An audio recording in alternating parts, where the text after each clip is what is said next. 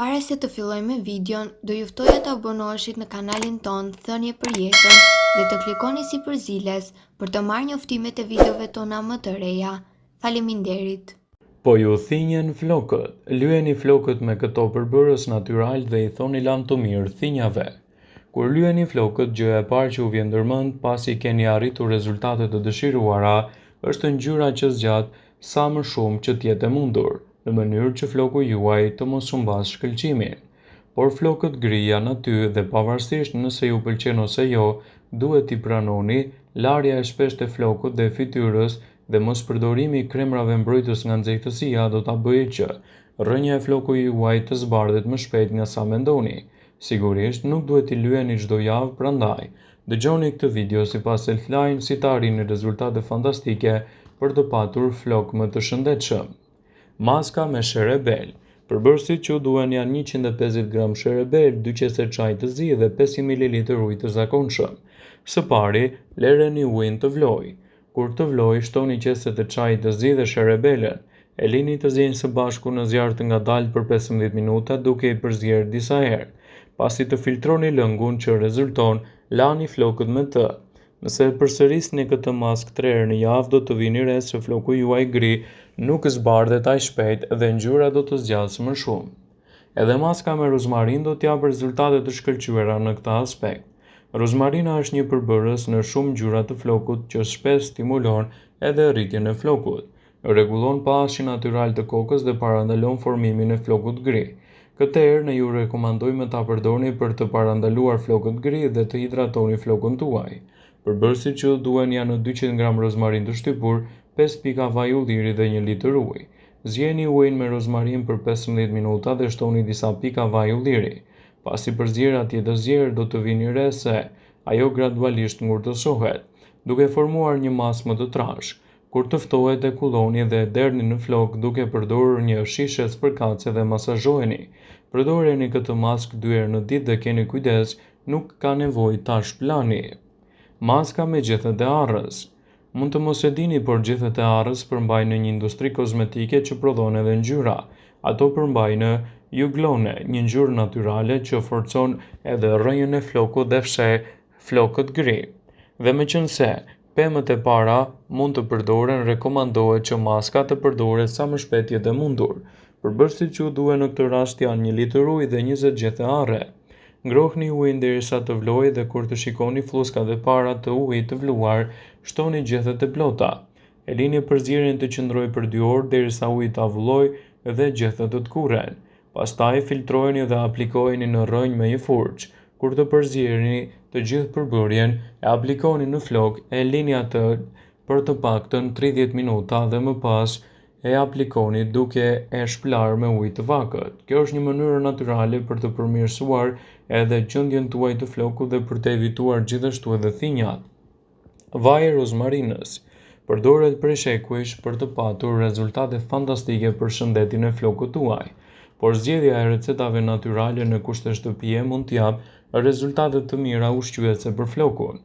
Flokët e thinjur janë ndër gjërat më të bezdisshme si për meshkujt, ashtu edhe për femrat.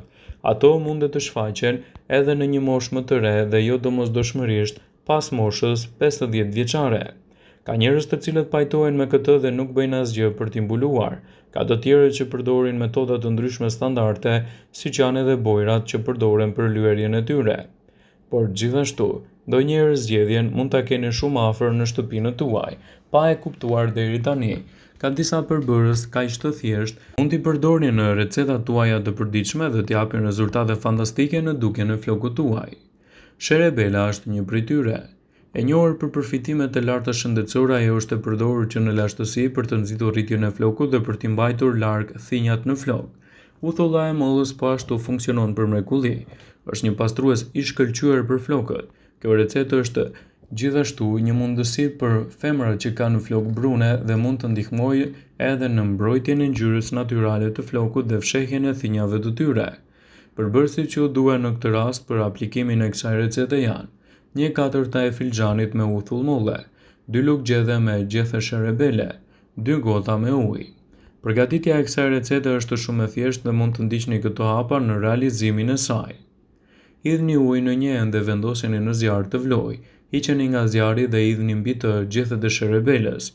E lini të qëndrojë ashtu për 15 deri në 20 minuta dhe më pas e kulloni ujin.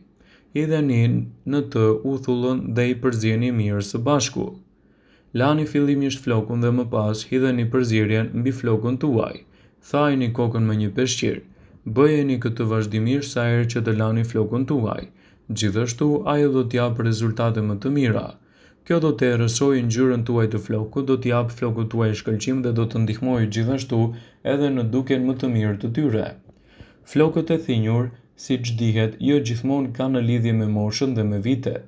Në qoftë se vini re disa fije të bardha ose gri të flokut tuaj, do të thotë se folikulat e flokëve nuk po prodhojnë më melanin. Melanina është pigmenti që u jep ngjyrë flokut tuaj. Kjo gjë ndodh zakonisht në të 30-tat, por nuk do të thotë që një 20 vjeçar mund të mos ketë thinja. Për shumë të rinj, lyerja e flokëve mund të jetë një zgjidhje e mirë, por jo domosdoshmërisht. Maskat e mëparshme do ju ndihmojnë për të rikthyer ngjyrën e errët të flokut dhe për të parandaluar shfaqjen e mëtejshme të thinjave. Zakonisht dermatologët këshillojnë që flokët e thinjur duhet të trajtohen vazhdimisht, por edhe ushqimi ka një rol të rëndësishëm. Për të shmangur, flokët e thinjur rekomandohen ushqime të pasura me acide yndyrore esenciale omega 3, siç është vaji ulliri, avokado, frutat e thata si arat dhe farat, si dhe ushqimet e pasur me vitaminën B, si vitamina E, magnezi dhe zinku. Maska me piper të zi, koz dhe vaj bajamesh mund të jetë një zgjidhje mirë natyrale në këtë aspekt.